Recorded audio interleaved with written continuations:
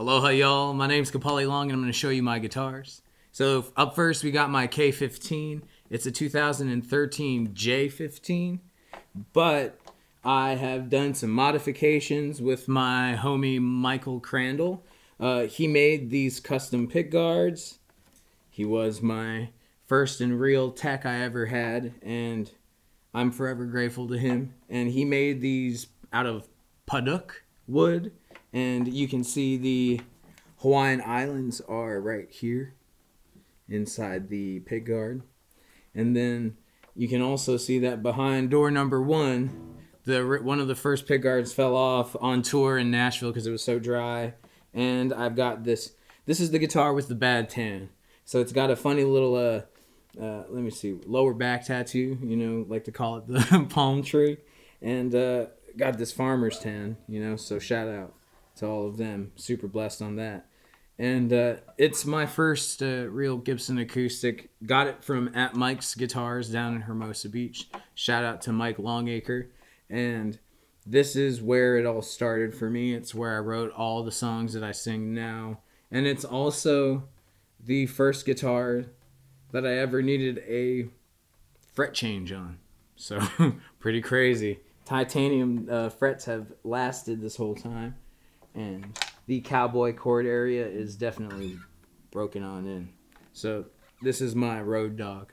What I like about this my K15 and how it sounds is I like to call it it's a dreadnought killer. It's a real puncher. It'll push through the mix, and you would think that you're listening to a big body guitar, and you would think that it's probably a jumbo, but it's actually the was it J45 body, so it's not as big as you would think.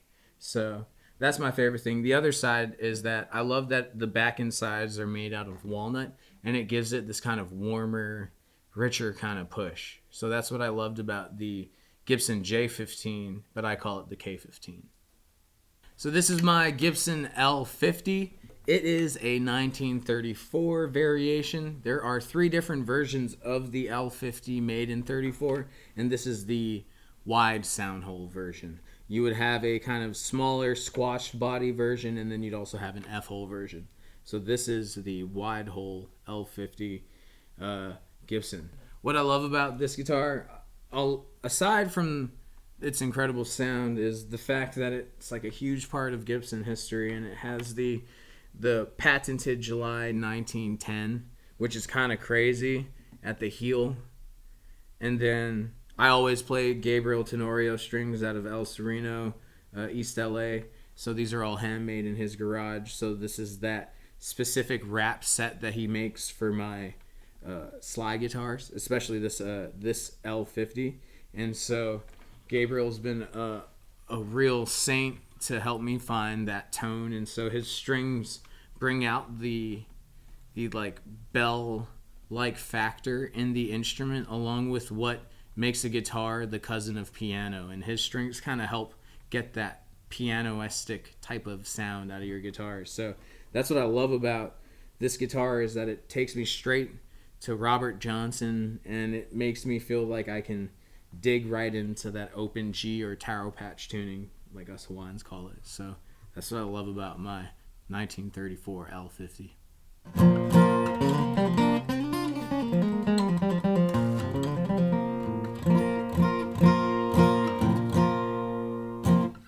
So here we got my 1991 Gibson J200.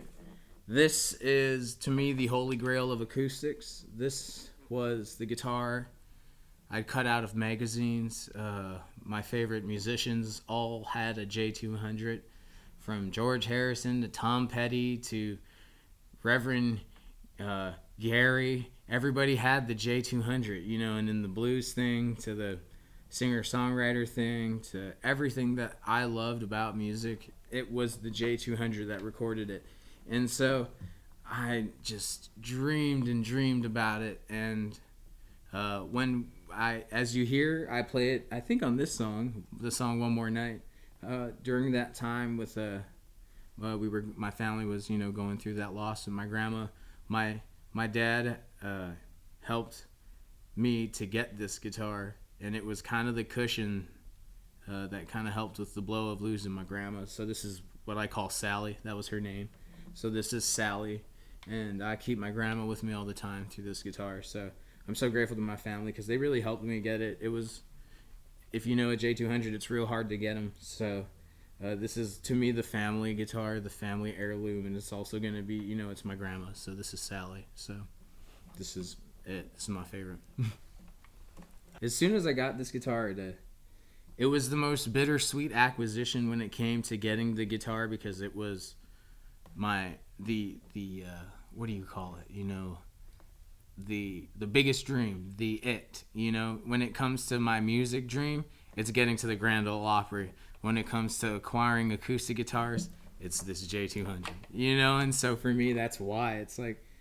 And also, if you play music as long as we have, I've started piano at 3, ukulele at 5, carpal tunnel will come and get me one day, so I figured I should just spend the rest of my days trying to play what I've always dreamed of. So why not get that one guitar that you always dreamed of? This is my 1932 pre-war Gibson TG1.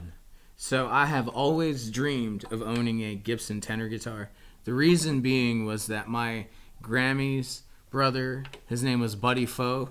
He was in this group called The Invitations. He also was on Capitol and A&M Records, and he always played tenor guitars. Although he played them in ukulele tuning, I play mine in this kind of CGCE tuning, roughly.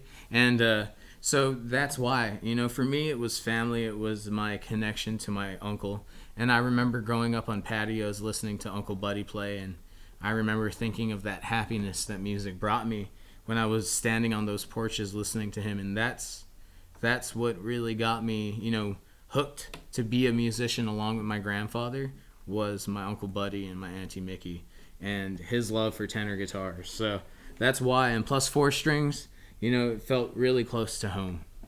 When I like to work on songs, I'll throw this on the right side of the ear, kind of like the right hand of the piano, because that's where these notes would have landed. So then you can kind of create this atmosphere, with acoustic instruments. So that's what I love about this. But I tend to just use this instrument on its own, because I think if you play tenor guitar as a tenor guitar and not try to play conventional 6-string guitar on a tenor, you will get a whole new instrument. And that's what tenor is. Tenor is not a 6-string. Tenor is its own thing. So that's what I love about tenor guitar too. And mahalo nui for listening to my stories about all my 4 Gibsons. The thing for me, and the reason why it's been Gibson since I was a little boy, was I traded 5 spray paint cans in my skateboard for an Epiphone Les Paul. I always dreamed of Gibson and never could acquire it as a kid. And now in my adulthood, I've been blessed to get to know Beth and Ray as well as the whole rest of the team, and they brought me in. But my love never changed. I am still this nerd that used to cut out musician friends ads, and so that's why it's always been Gibson through all the years. And now to get to own these, I really pinch myself. I think when it comes to acoustics, I can never let them go. Electrics, they can go in the wind, but the acoustics, they tend to be like old friends and family members. So